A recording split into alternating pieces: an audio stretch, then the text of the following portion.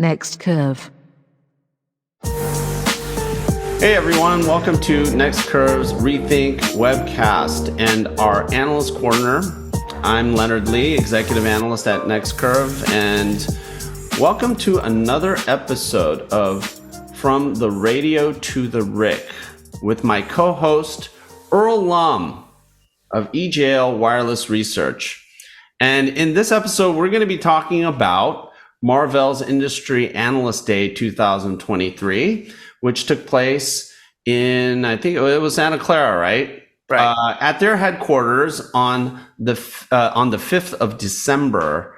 And so, Earl, hey, this should be fun. You and I were there, and It's going to be fun to compare notes here. Absolutely. Yeah.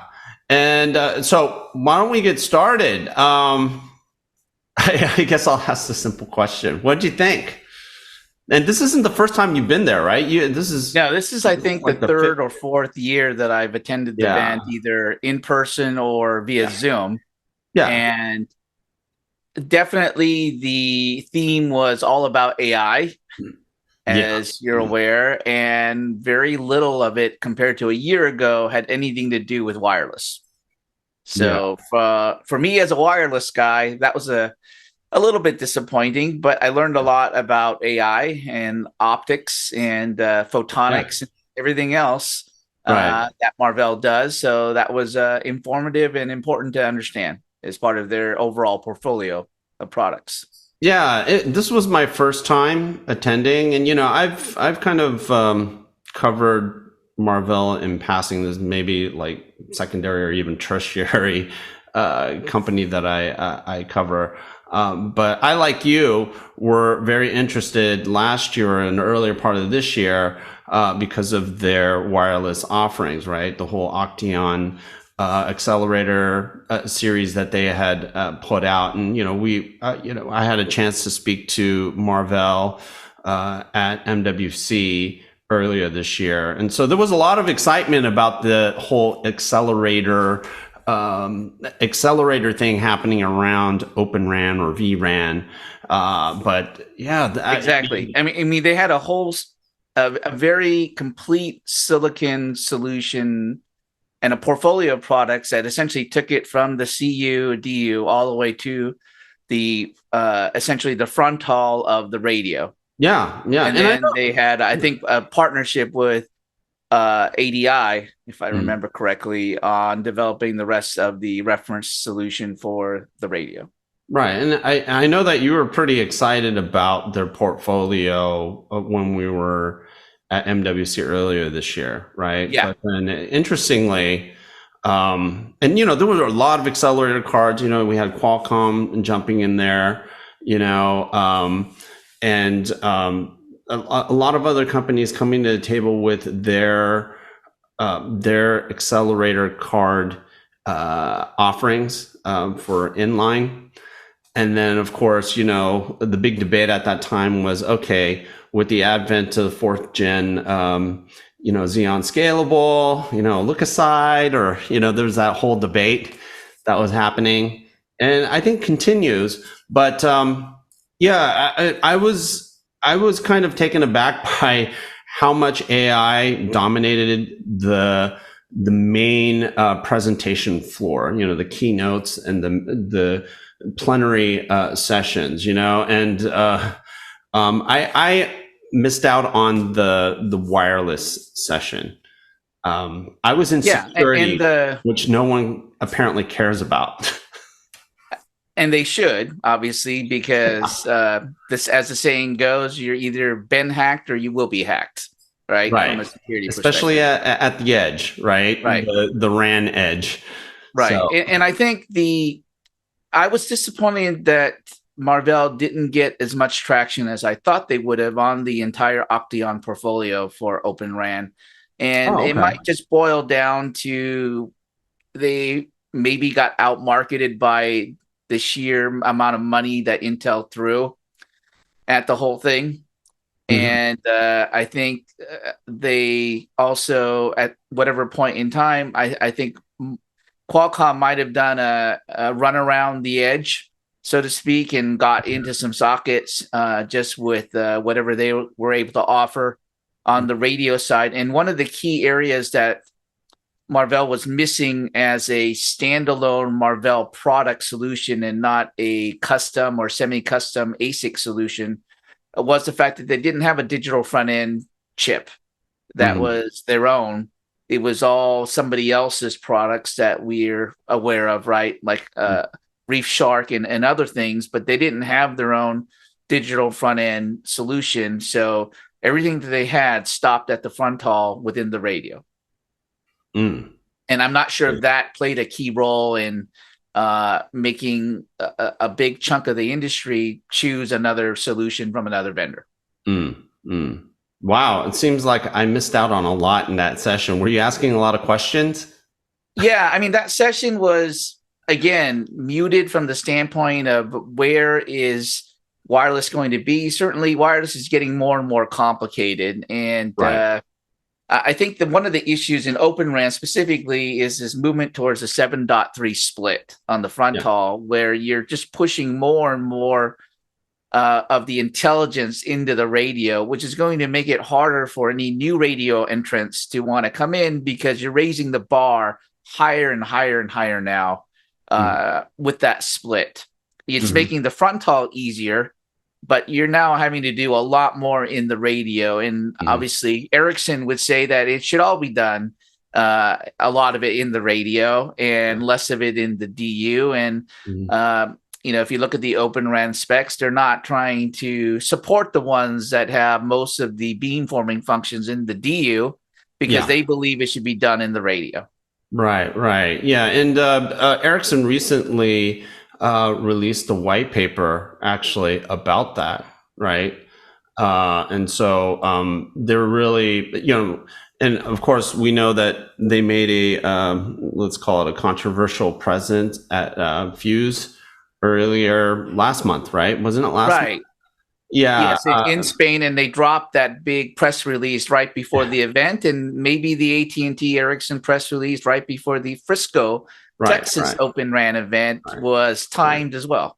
Yeah, and not meaning to really talk too much about Ericsson, AT&T, it does seem like that Ericsson is now in retrospect in a position to exert a lot of the advancements in where Open RAN and that interface, where the beamforming and where certain workloads are going to reside.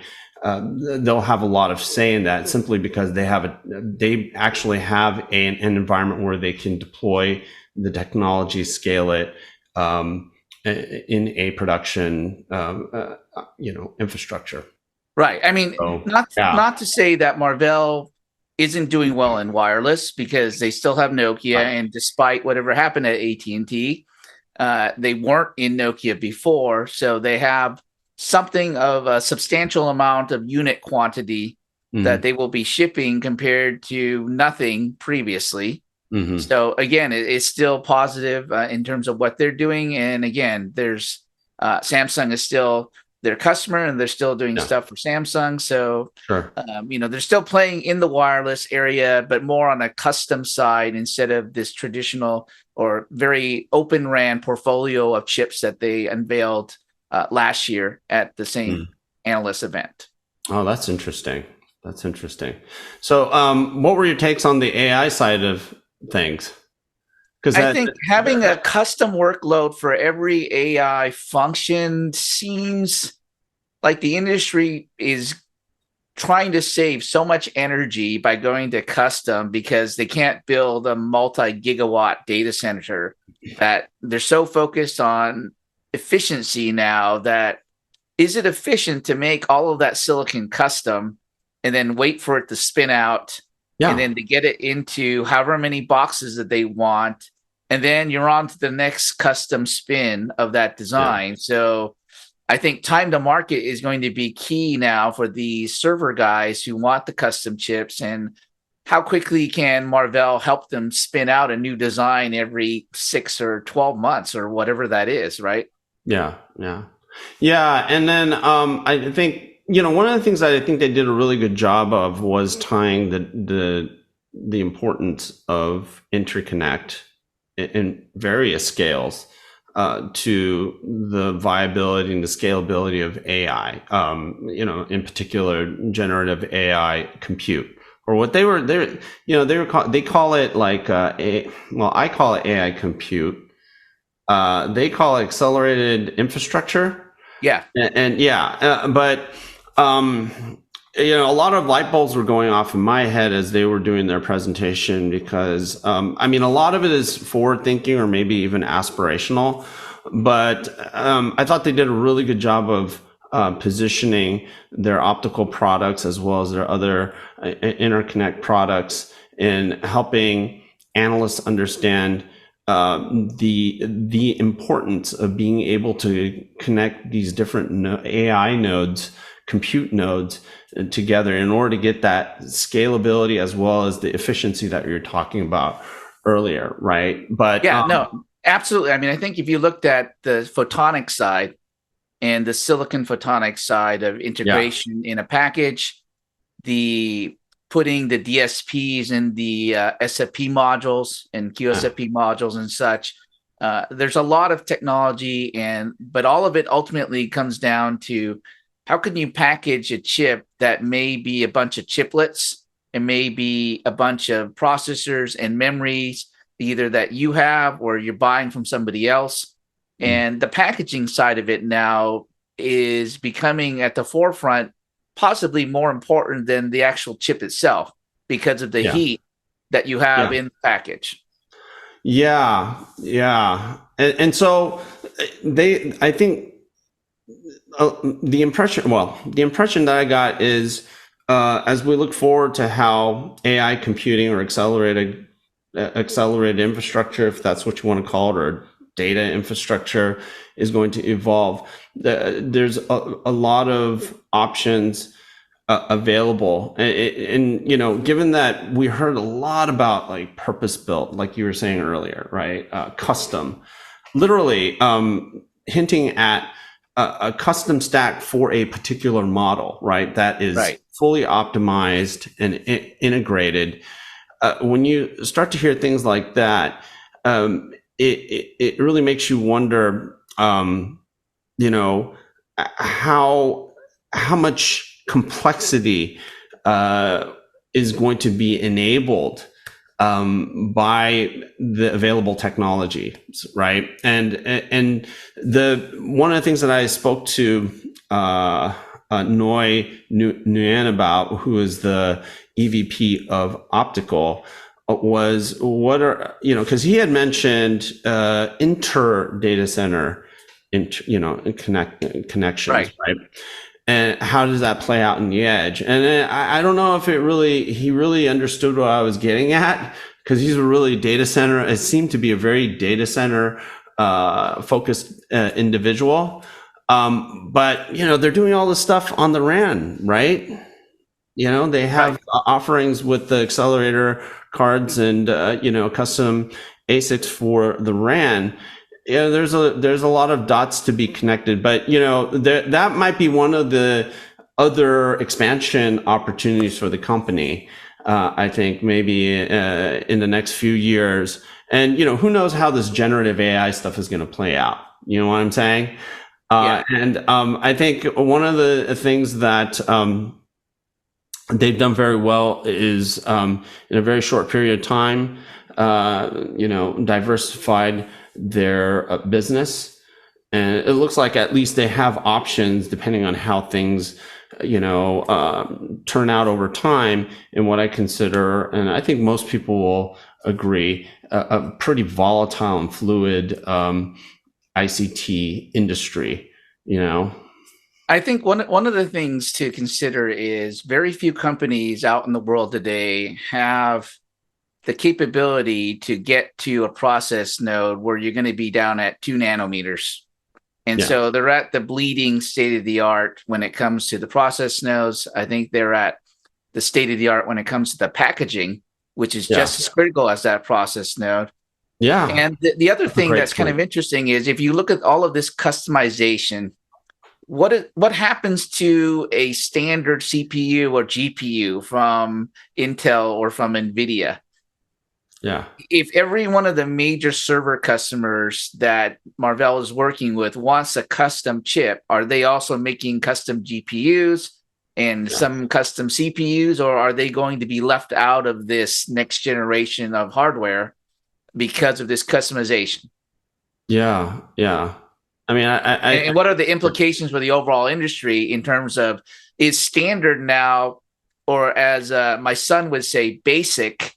Is basic no longer anything or something that anyone cares about when it comes to data center, and everyone wants something that's special and unique for that process workload? Yeah. And it's something that I mentioned on. So I was on Prakash Sangam's podcast, and I said, yeah, everyone is moving toward building their own walled gardens. Exactly. So, which is for the standard product guys and chips that are out there, what does that mean? Because they've been the standard configuration for all of these servers for however many years now. Yeah. Outside of the very, very specialized ones, maybe from Amazon, etc. Yeah. But is x86 hitting a wall, so to speak, and is even the standard GPU now hitting a wall in terms of it can do certain things, but if the industry is truly going to a fully customized workload process and needing a special chip for each one of those processes, then there is what's left for the regular run-of-the-mill chips that are out there.